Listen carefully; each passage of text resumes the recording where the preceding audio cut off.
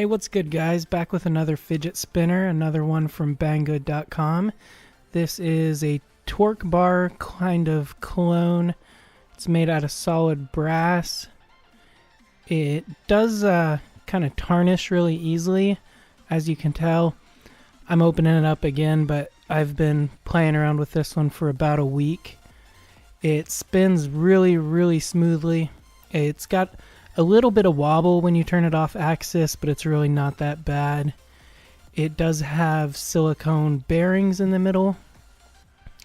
One thing you might not know if you've never had a brass fidget spinner before is that it's really heavy, and so that's the one kind of thing I don't like about this, is that after using it a while, your fingers will actually start to get a little bit tired from holding it because of its weight.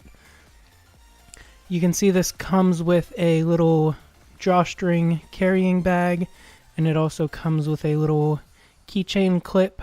You could wear it, attach it to your keys as a keychain, or you could also wear it on a lanyard or something like that.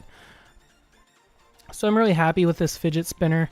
It's pretty affordable. I think it was under $10 when I bought it, but I'll leave the link in the description if you want to check it out.